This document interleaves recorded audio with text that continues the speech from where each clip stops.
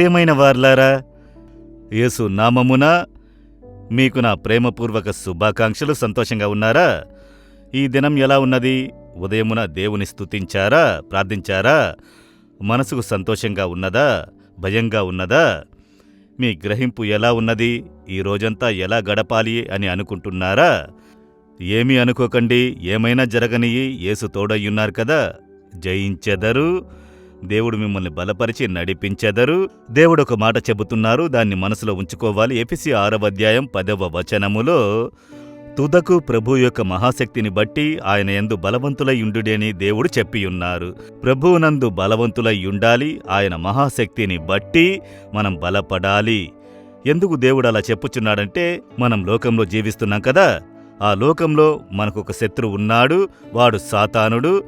వానికి కొన్ని శక్తులు ఉన్నవి. కీడు చేయు శక్తి, మనల్ని స్తంభింపజేయు శక్తి, బలహీనపరచు శక్తి, భయపెట్టు శక్తి, కలవరపరిచే శక్తి, మన ఆశీర్వాదమును చెడగొట్టు శక్తి. వారికి కొన్ని శక్తులు, కీడైన కార్యములు చేసే శక్తి. వానిని మనం జయించాలి. ప్రతిదినం వాడిని జయించుకుంటూ ముందుకు సాగాలి. దానికొక శక్తి అవసరము. దేవుడు ఆ శక్తిని మనకు ఇస్తున్నారు. దేవుడు తన శక్తిని మనకు ఇచ్చి, నీవు జయించెదవు, ముందుకు సాగు, నీవు జయించెదవు. సాతాను నిన్ను ఏమి చెయ్యలేడు. వాడికంటే నేను గొప్పవాడిని, నా శక్తి గొప్పది అని దేవుడు తెలుసుకొనుటకు ఆయన శక్తిని మనకు అనుగ్రహిస్తున్నారు.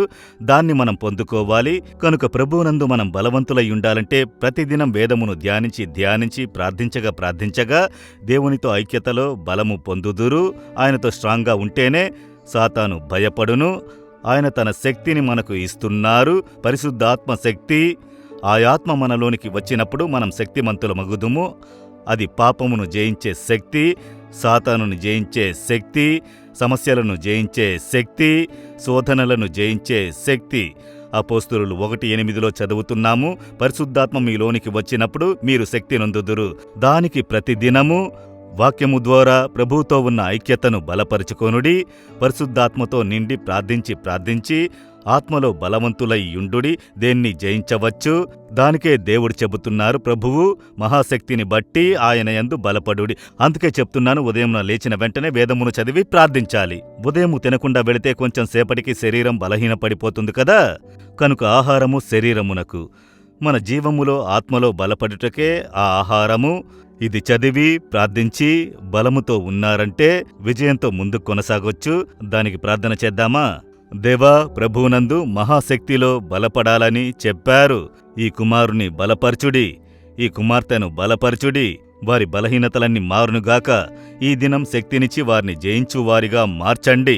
సాతాన్నెదిరించి జయం పొందువారిగా మార్చండి. భయపడకుండా ధైర్యంతో సాతాన్నెదిరించి జయం పొందువారిగా మార్చండి. ఆ శక్తిని ఇప్పుడే మీరు ఇచ్చుచున్నందుకై, ఆత్మలో నింపుచున్నందుకై, బలపరచుచున్నందుకై స్తోత్రములు. యేసు నామములో ప్రార్థిస్తున్నాము. Amen, amen. Jesus redeems Telugu YouTube ఛానల్ను సబ్స్క్రైబ్ చేయండి. సబ్స్క్రైబ్ బటన్ను క్లిక్ చేయండి మరియు బెల్ బటన్ను నొక్కండి. ప్రతిరోజు కార్యక్రమ సమాచారం పొందండి.